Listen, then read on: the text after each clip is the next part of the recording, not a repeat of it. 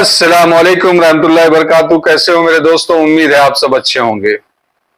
दरवाजे पर जब आहट हुई तो ताहिर एकदम खामोशी से लेट गया। उसे पता चल गया कि अब कोई आ रहा है, तो उसने सबसे पहले आवाज सुनी, ताले के अंदर कोई चाबी डाला, उसके बाद में कड़ी खुली, कड़ी खुलने के बाद में कोई अंदर घुसा, फिर दरवाजे की आवाज आई चढ़चढ़ाहट, जब वो खुला उसके बाद मोहल्ला अंदर घुसता है, सबसे पहले जो पैर रखता है। ताहिर एकदम दम साधे हुए लेट गया, अपनी सांसों को खींच लिया कि लोगों को लगे कि वो मर गया है। मौलव, दरोगा और नाजिम शहर 5 सिपाहियों के साथ अंदर दाखिल हुए। एक सिपाही के हाथ में मशाल थी। ताहिर के जिस्म को ठोकर मारने के बाद मौलव ने कहा, देखा, तुम कहते थे कि जरा और इंतजार कर लें। इस जहर का एक कतरा हाथी को मारने के लिए काफी था। जरा मशाल नीचे करो, मैं देखूं उसने क्या खाया है। सिपाही ने मशाल नीचे की और मौलव ने कहा, देखा, मैंने कहा था ना कि यह बद्दू सबसे पहले पनीर से शुरू करेगा। यह आधे से ज्यादा चट कर गया है। मालूम होता है कि चबाए बगैर ये निकल गया था। इसका एक ही लुकमा काफी था। ये बाकी पनीर उठा लो, कल वहीदुद्दीन की दावत होगी। चलो, मेरा यहां दम घुटता है। अब इसे संभालना सिपाहियों का काम है। देखो, लाश के साथ पत्थर जरूर बांध लेना, लेकिन वो इतना वजन ना हो कि वहीं डूब जाए और कल माहीगीर मछुआरे उसे दिखाते फिरे। पत्थर सिर्फ इतना हो कि लाश पानी की सतह पर जाहिर ना हो, लेकिन बहती जरूर है। दरोगा ने कहा, फिक्र ना कीजिए, ये इस किस्म की बहुत सारी लाशें ठिकाने लगा चुके हैं। ये मेरे खास आदमी है। मौलव ने सोने के चंद सिक्के निकालकर सिपाहियों में बांटते हुए कहा, यह तुम्हारा इनाम है। मौलव, नाजिम और दरोगा चले गए। सिपाहियों ने ताहिर को घसीट कर बाहर निकाला और कंधों पर लाद कर चल दिए। दरिया के किनारे पहुंचकर उन्होंने उसे कश्ती में फेंक दिया। ताहिर की कमर में बहुत चोट आई, लेकिन उसके मुंह से आवाज नहीं निकली, क्योंकि अगर आवाज निकल जाती तो लोग जान जाते। 3 सिपाही तो वापिस चले गए और 2 सिपाही कश्ती को पानी में धकेलकर उस पर सवार हो गए। एक सिपाही ने कहा, तुम इसकी कमर के साथ पत्थर बांधो और मैं चप्पू संभालता हूं। तुम सब बुरे काम मुझसे करवाते हो। दूसरे सिपाही ने कहा, अब इसके साथ और बुराई क्या हो सकती है? आज तुम ये काम करो, कल मैं दूसरा कर लूंगा। कल भी हमें 2-2 असरफियां मिल जाएंगी। खुदा करे वजीर खाजा चंद और आदमियों पर भी अपने जहर की आजमाइश करे। लेकिन दोस्त, इस काम से वजीर नाजिम और दरोगा ने तो बहुत कुछ हासिल किया होगा। लाखों में लिए होंगे, हजारों में लिए होंगे, और हमें क्या मिला? सिर्फ चंद सिक्के। कश्ती पर तमाम जरूरी चीजें रखी हुई थी। सिपाही ने ताहिर की कमर में रस्सी डालकर उसके साथ एक पत्थर बांध दिया। मझधार में पहुंचकर दोनों ने ताहिर को हाथ और पांव से पकड़ा और आहिस्ते से पानी में डाल दिया। ताहिर कुछ देर अपनी सांसें रोके रखा, पानी के साथ बहता रहा। आखिरकार उसने ऊपर आने की कोशिश की। कमर के साथ पत्थर पहले ही काफी कसकर बंधा हुआ था और भीग जाने से रस्सी की जो गिरोह होती है बंधी हुई, वो ज्यादा टाइट हो गई। जब तक कश्ती काफी दूर चली गई थी, वो सिर्फ सांस लेने के लिए सर ऊपर निकाल कर तैरता रहा। उसने चंद बार अपने कमर के बोझ से छुटकारा पाने की कोशिश की, लेकिन उससे कामयाबी की बजाय पानी में कई बार गोते लगाने पड़े। वो डूबा। कपड़ों में पानी ज्यादा भर जाने की वजह से उसने महसूस किया कि इतना बोझ लेकर किनारे तक पहुंचना तो आसान नहीं है। उसका रुख दूसरे के किनारे की तरफ, लेकिन तेज रफ्तार और सर्द पानी में उसे किनारे की तरफ धकेलने की बजाय एक एक कदम आगे बढ़ाने के बजाय पीछे धकेल रही थी।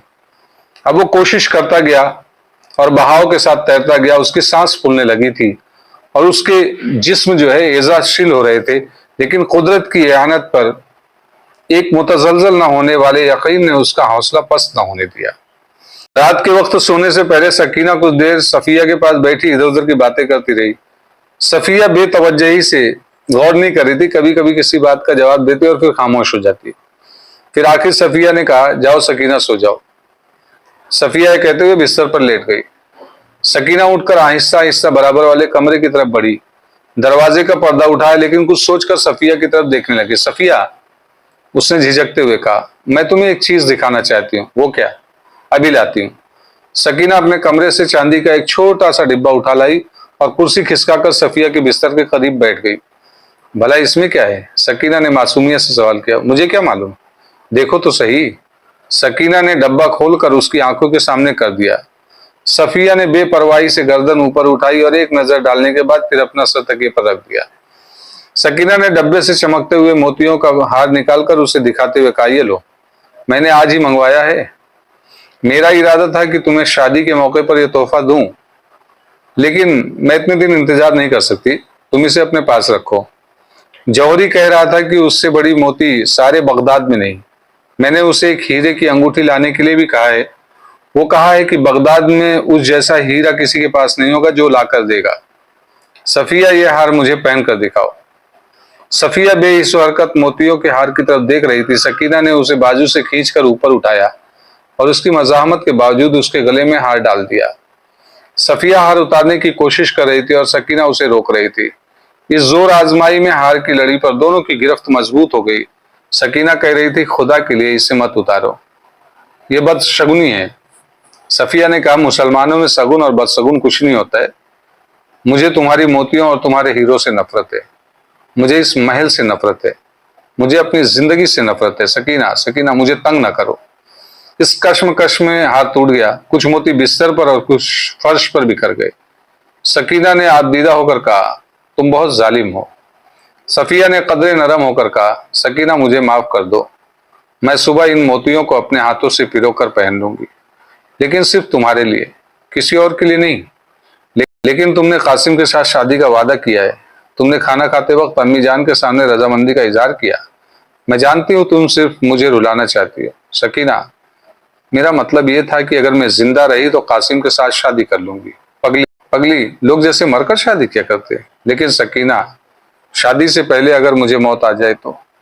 बको नहीं, तुम 80 साल तक जियोगी। सकीना ने मोती चुनकर डब्बे में डालते हुए कहा, मैं सुबह खुद इन्हें पिरोकर तुम्हारे गले में डाल दूंगी। कासिम, अम्मी और अब्बा के सामने नहीं, बल्कि तमाम सहेलियों के सामने। सकीना अपने कमरे में जाकर सो गई। सफिया कुछ देर बिस्तर पर लेटकर छत की तरफ देख रही थी। फिर उसका मन उचका गया तो वो वहां से निकल करके वो दरिया की तरफ निकल दी और कुछ सोचते हुए वो दरिया के सीढ़ियों पर जाकर खड़ी हो गई। आसमान को देख रही थी और समंदर के किनारे देख रही थी तो एक मछली उछली रात की चांदनी में और फिर पानी में चली गई। सफिया की आंखों में आंसू आ गए। वो कहने लगी कि ताहिर के साथ मैं अपनी जिंदगी गुजार सकती, इस महल से निकल जाती। काश मुझे मेरी मोहब्बत मिल जाती। और वो अल्लाह से दुआ करना शुरू कर दी। वह भी उठने का इरादा कर ही रही थी कि उसे पानी के करीब में हल्का सा शोर सुनाई दिया। उसने चौंक कर इधर उधर देखा। सीढ़ी से चंद कदम के फासले पर कोई पानी में आहिस्ता आहिस्ता हाथ पांव मार रहा था। खौफ से उसका दिल धड़कने लगा और वो चंद सीढ़ियां और ऊपर चढ़कर खड़ी हो गई। एक आदमी पानी में डूब डूब कर उभरने की कोशिश कर रहा था। सफिया ने महसूस किया कि उसकी ताकत जवाब दे चुकी है।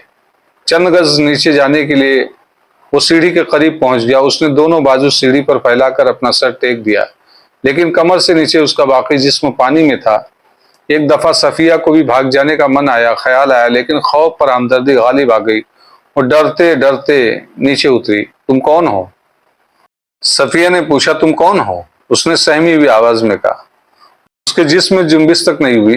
वो बुरी तरह हाँफ रहा था।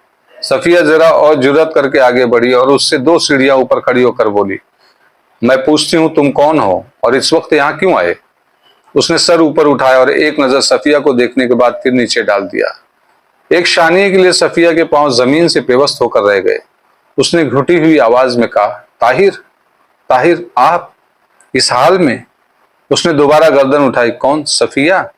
सफिया ने आगे बढ़कर उसका बाजू पकड़ लिया और ऊपर खींचने लगी। ताहिर सीढ़ी पर चढ़कर लेट गया। सफिया ने उसकी कमर के साथ बंधे हुए पत्थर की सिल देखकर कहा, जालिम, दगाबाज, कमीना। कौन? मैं? ताहिर ने जरा गर्दन उठाकर सवाल किया। नहीं नहीं, मैं कासिम के मुतालिक कह रही थी। उसने आपको कैद से छुड़ाने का वादा किया था। ताहिर ने उठकर अपना सर हाथों में दबाते हुए कहा, यह तुम्हारा महल है? जी हाँ। बहुत दूर आ गया मैं। ये पत्थर मुझे बुरी तरह दूसरी दुनिया की तरफ धकेल रहा था। मुझसे गलती हुई। मुझे उन 2 आदमियों से कश्ती पर ही निपट लेना चाहिए था। सफिया ने कहा, यहाँ खतरा है, उठिए, मेरे साथ आइए। ताहिर लड़खड़ाता हुआ सफिया के साथ चल दिया। दोनों किनारे से चंद कदम के फासले पर एक घने दरख्त के नीचे जा खड़े हुए। सफिया ने पूछा, आप जख्मी तो नहीं?